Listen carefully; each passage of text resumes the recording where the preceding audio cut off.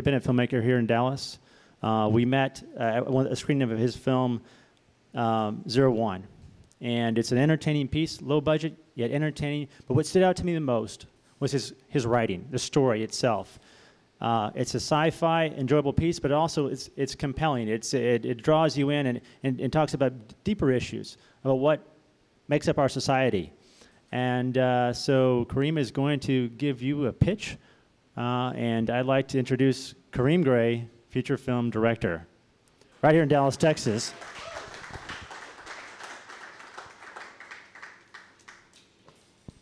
Thank you, Jeff. You're welcome. Hello, everybody. Kareem Gray. Like Kareem Abdul-Jabbar, 2/3 the height, none of the money. I'll be here all week. People try the veil. So what we want to do here is everything that Jeff said, everything that we've done today is what I have been feeling for quite some time, ever since I moved to Dallas. In fact, I moved to Dallas from New York, the New York area, to come here. People were like, well, why didn't you move to LA? And I was like, I did some extensive research on where I wanted to be, to where I wanted to put my roots down and make my film. And it was here. And I chose here. It wasn't an accident. I chose Dallas. And this was in 2005. I came from New York City to Dallas, Texas, didn't even look at LA, because I wanted to be able to make the films I wanted without having to do the BS that you have to do on the East and the West Coast. I get it. Success can be made out there. It may be a little bit easier in some aspects, but it's not the path I wanted to take. And so what I did, I came out here and I shot my feature film, 01, only 3 years after moving here. Made connections, made community, and it impressed me. It changed my view of how independent filmmaking should be made. And it also changed the view of Dallas, Texas. And I was a proponent, and I still am a proponent of Dallas, Texas. I got a short little video here I want to show you. This was on the set of my film, and this was in 2008. It introduces me and my philosophy.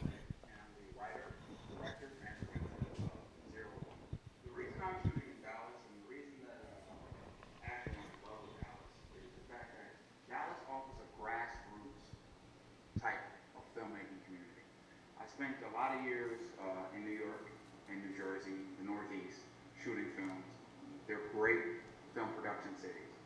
Here in Dallas, the environment is, what can we do to help you?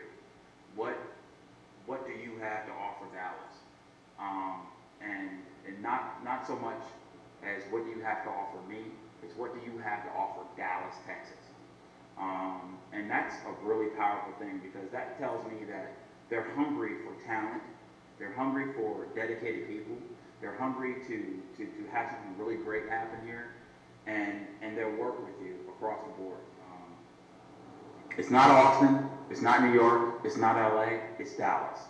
And each of those things brings something different to the filmmaking experience. But Dallas, in my opinion, brings a really homegrown feel, a hunger that an independent filmmaker needs. And that's what independent film is all about, being different. That independent spirit needs to transcend Hollywood. But for right now, we're the guys at the front line. We're the guys and gals at the front line trying to tell different stories, intriguing stories, and 01 is definitely one of those stories.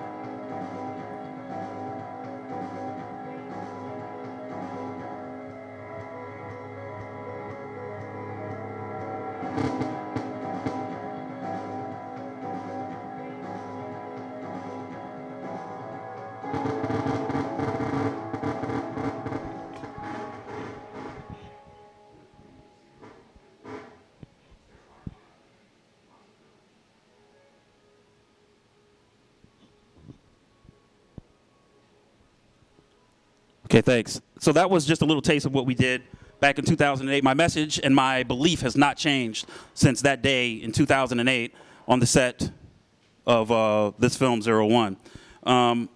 Little quick thing about 01 is that we were the first independent film out of Dallas, Texas to be converted to 3D, and we screened in Carrollton in 3D for about a month and a half. And what I want to talk about is Texas. And if you look at these symbols up here and these logos, you're pretty familiar with who they are, right? That's Georgia, killing the game right now, killing it. People are flying to Georgia in droves. And the ironic part is, a lot of TV shows that are based here in Dallas, that should be based here in Dallas, are being shot in Georgia. AMC has a show called Halt and Catch Fire.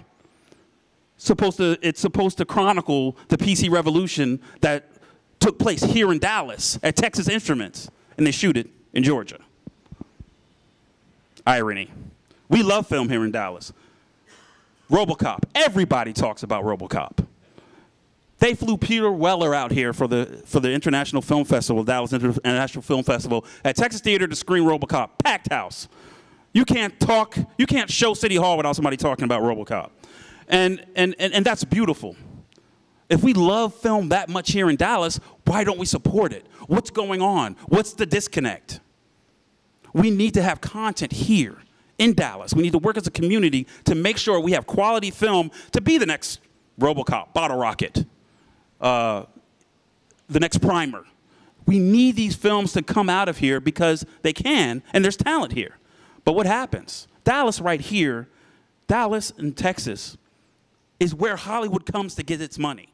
This is where they look domestically to say, hey, we need a slate of films funded. Let's head off to Texas. But that money doesn't stay here. It's gone. It's gone in the wind. And we can change that because we can prove to people in the industry that Dallas is a film production city. It's not Austin, it's not LA, it's not New York, it's Dallas. So these guys are kicking our butts. New Mexico, Louisiana, Georgia. They say it's incentives. Well, you know what? Incentives help. But we can work as a community where we can work around those incentives because this is Texas. You can't say you want a handout to get something done. That's not the Texas way. But this is business. And what we need to do is have that compelling content to bring those incentives to us and override that limit. Because when we're sitting out here pumping out quality film, quality data, quality apps, quality startups, whatever, we are recognized, and somebody's going to scratch their chin and say, hey, you know what? I think we need some goddamn incentives here in Dallas. So right now, we're going to do this thing ourselves. Next slide, please. I have been working on this film since 2002. It's The White Room. Now, these are some high-level slides. When I say high level, I mean they're not going to be so, we're not going to talk about all of these. But what we're going to do is we're going to talk about the theme of The White Room. High-quality filmmaking on a low budget. It has been done, and it can be done. You have to put the right pieces in place to make it happen. I don't have an ego. You know what I like to do? I like to surround myself with people that are better than me. Better.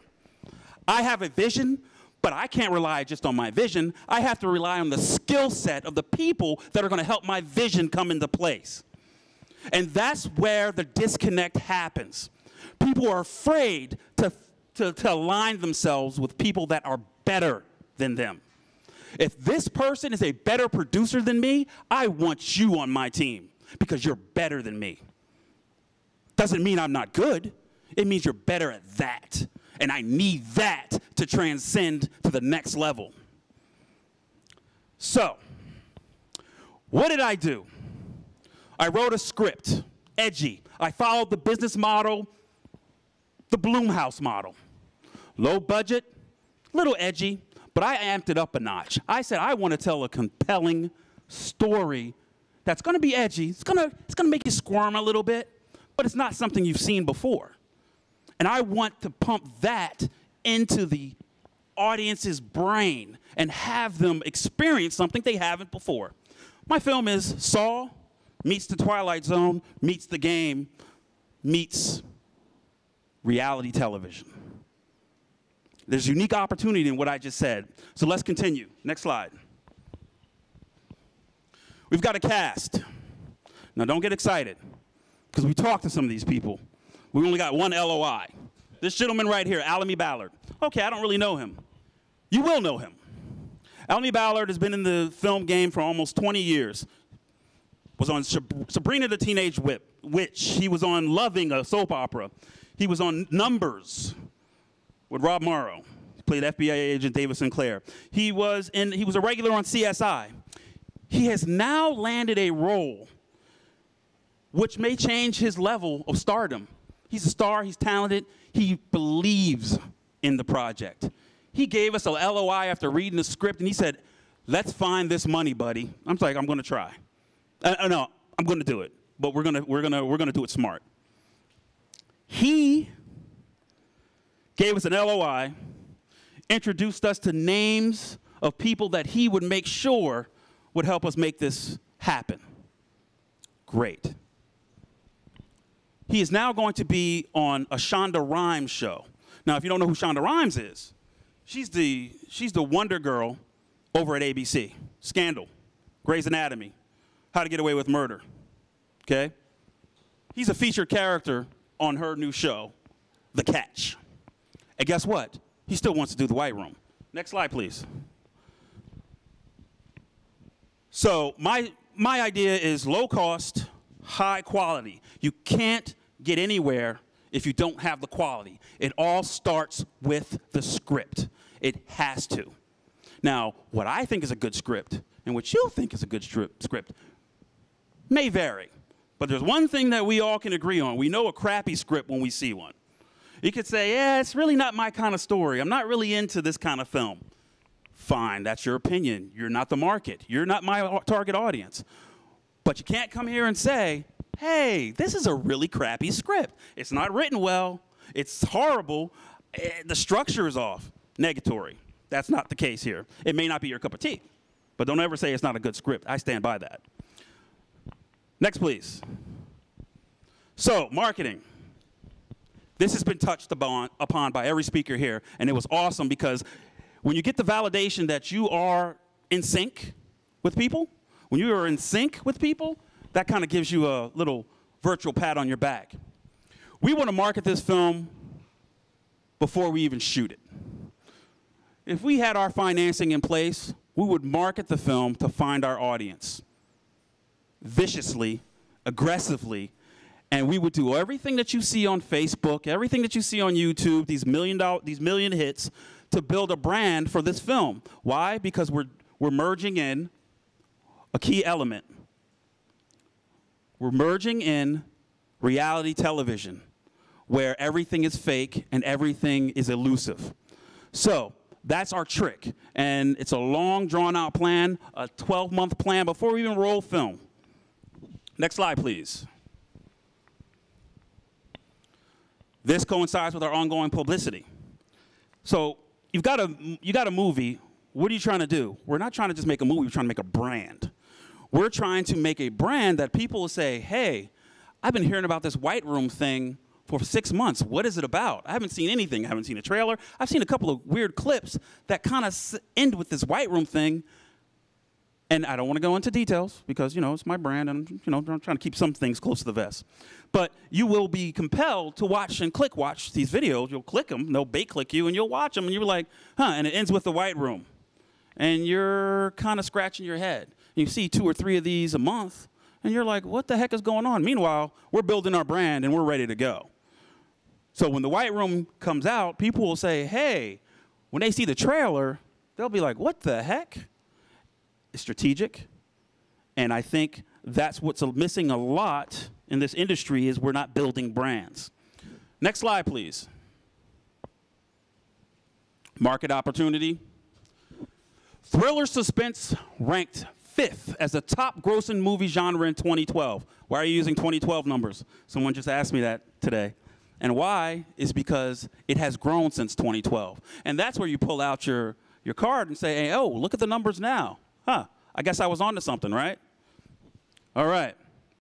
So, as of 2012, with over $15 billion in global box office grosses with an average of $27 million per picture and 8.12% of the total movie market share. Now, when Michael Caine came up here and said, you don't make your investment back, that's true.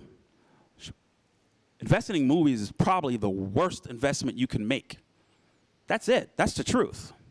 However, when you align yourself with somebody that has the ability to work a little harder, have a better plan in place to possibly get your money back. We're not throwing anything out willy-nilly. You've got a plan. Just like you startups, you got to have a plan to get from point A to point B. What Michael Caine was saying earlier was people have an overview of like, I'm going to shoot this movie, I'm going to go to Sundance, and I'm going to win the grand jury prize, and I'm set. Negative, ghostwriter. That's not going to happen unless you plan. And then he gave you a double-edged sword. He said, hey, but it happened for me, but don't go by that. Don't go by that model. And it happened for Michael Caine. Very cool. But that's not how we're going to approach it. Next slide, please. Comparative films. Yeah. So there's a film that changed the game a while ago. It was called the Blair Witch Project, or yeah, Blair Witch. Yeah. So Blair Witch came out, started this whole new genre called found footage. Last 10 years, you could throw a rock and hit a found footage movie. Two of them are up here: Paranormal Activity and Paranormal Activity 2. Then there was, of course, the J.J. Abrams produced monster movie, Godzilla 3.5 or whatever, Cloverfield. And we have numerous found footage movies.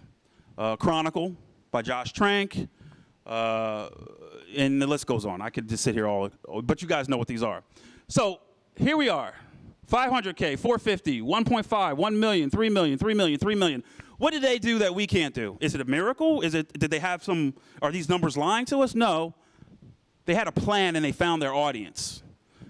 They had a plan and they found their audience. This was not luck, this was strategic. And Hollywood continually puts out these type of movies to bankroll their slate. This is reality. They are looking for these movies, as well as their tentpole Avengers, as well as their Transformers. They're looking for these movies as well to diversify. And you got to be smart enough, and you got to know what you're doing to actually get into the slate. You have to get the instruction. Paranormal Activity. Somebody showed it to Steven Spielberg. I don't know if you know the story. He's like, wow, that movie creeped me the hell out. Steven Spielberg said that. He's like, wow, that was really unique. I've never seen anything like that before. And the rest is history, 5 movies later, whatever. But these numbers are real. These numbers are accurate. They happen. You sit here and name any major Hollywood star that's in any of these movies. Name one. The Purge had, what's his name? Training Day. Ethan Hawke. Thank you. Sinister, The Devil Inside, Insidious. Not really. Next slide, please. The strategy. Focus to our audience. I'm going to summarize this as simply as this. Focus to our audience. Know where we're going. Everybody up here was saying the same thing I was prepared to say, and I didn't know it, so I'm feeling really good. So I'm feeling myself right now, okay? So I'm really feeling that I'm telling you guys the truth, and I'm not telling you what you want to hear. This is the key to fill your audience, to get your audience. One thing that we're doing to get our audience, I'm going to backtrack a little bit. One thing we're going to do is we're using an ensemble cast. Why? because we're trying to find our audience. We're trying to diversify. We're trying to diversify our audience, meaning we want diversity. We want the Asian, we want the woman, we want the African American, we want the handsome white man. We want all of those people in there. Why? Because that will give us more of an audience. And that's really what's going on in Hollywood. And some people like it, some people don't. They're trying to be the, I think Hollywood somewhat is doing it to be, I think they're being diverse just for the sake of being diverse and pandering in some instances. But a lot of times they're trying to get their audience because they understand that there's another audience out there. And that's what we're going to focus on as our audience, everyone that likes suspense thriller movies. Next slide, please. So these guys know their stuff. These guys know their stuff, and every person here is better than me in some aspect. But the team grows, I need to find better people than these people. And they're awesome already. Next slide. Me. You already know about me. Next slide. Ken Golden. Met Ken, wow, in '04, New York. He's a film professor, producer, long list of credits, and he's Jewish. Huh? Every film production needs a Jewish man, just letting you know. Oh, I hope that wasn't out of crass, but hey, he's my resident Jew, and I love this guy. 40 years in film, and he just needs us to connect with the money. And we need to connect with the right people. We can't just connect with anyone. We need to connect with the right people because every check isn't a good check, if you know what I mean. Next, Dustin Jacobson. He's the guy that on a shoestring budget put together my film 01. He's young, he's ambitious, and he is talented beyond I can't even explain how talented this guy is. He's a go-getter, and he's young, and he's the man. And he's my post-production supervisor. Not for everything. He may not even be the post-production supervisor for the film, but as far as our overall plan, he's there. Next slide, please. Sixes Jones, web promotion. He works with Channel 8. If you ever watch Channel 8 and see the new shows that are up there of the new acts, when they put up acts, he's usually the guy that puts that together. He reaches out to local bands, promotes them, and he has a unique knack for local marketing.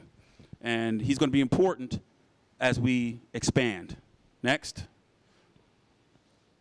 Lorenzo Macklin, Tamika Toppin, these two round off our team. Lorenzo knows something that I struggle with all the time, and he's here today, and that's the money. I don't want to open up my mouth and say the wrong thing or give the wrong impression. So I kind of stay away from the money side. I understand it, and I have to, but he's the one that kind of channels it into the right place. Next one, please. And oh, Tamika, and that's the lady. So Tamika, can we go back one? It's my lovely wife, Tamika, and she has a master's of public administration, and she keeps everything organized and awesome. Next slide, please. So what I gave you was an overview of the pitch, and just like they say in The Matrix, I can't tell you what the White Room is and how awesome it is. You're going to have to see it for yourself. So if you're interested, reach out to me. You want to know where we're coming from? Definitely reach out to me. If it's not your cup of tea, totally understand. But there's one more thing I want you guys to know. That all day, I've been hearing one common theme. And we need to do one thing here in film, and we need to make sure that the films that we do, and I know the film that I'm going to do, no matter what you think, is going to be, next slide.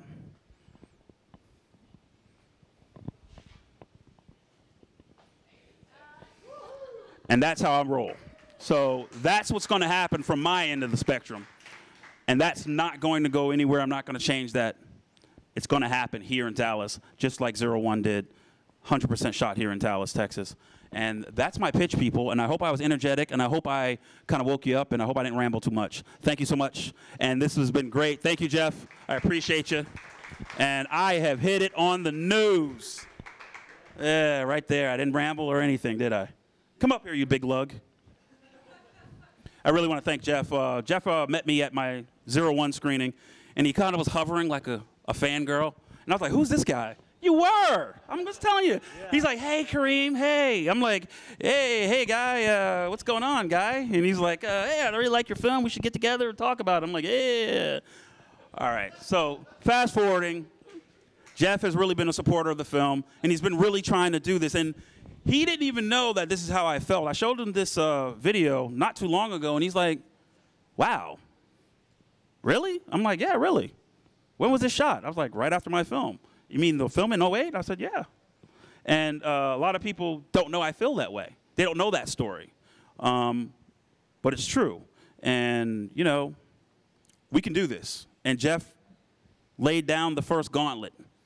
Yeah? I think so. Don't turn red on me, man. I'm not turning red. All right. Thank you so much, Jeff. I appreciate it. All right. Thank you, Kareen. Thank you for that semi-embarrassing, ridiculous statement you just made. Okay, which wasn't true, but anyway. Hey, guys, thank you so much for coming out here today.